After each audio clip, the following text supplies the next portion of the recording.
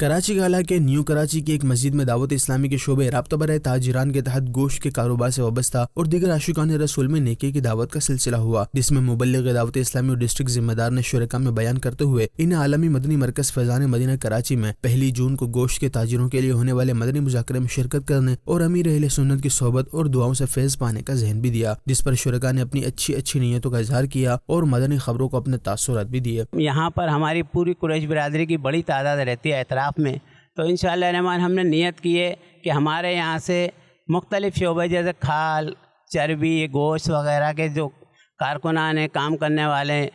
آڑتی ہیں، جتنے بھی لوگ ہیں یہاں پہ سے انشاءاللہ ایک پوری بس بھر کر عالمی مدنی مرکز فیضان مدینہ میں مدنی مذاکرے میں شرکت کریں گے۔ اسلامی بھائیوں نے نیو کراچی کے دیگر مقامات پر بھی گوشت کے کاروبار سے وابستہ اور دیگر عاشقان رسول سے ملاقات کر کے نیکی کی دعوت پیش کی، جس پر شرکا نے اپنی اچھی نیتوں کا اظہار کیا اور مدنی خبروں کو اپنے تاثرات بھی دیے۔ ہم بھی جائیں گے اور بھائیوں کو بھی لے کے جائیں گے۔ 1 جون کو اللہ کی رحمت سے گوشت کے تاجر اور قریشی برادری کا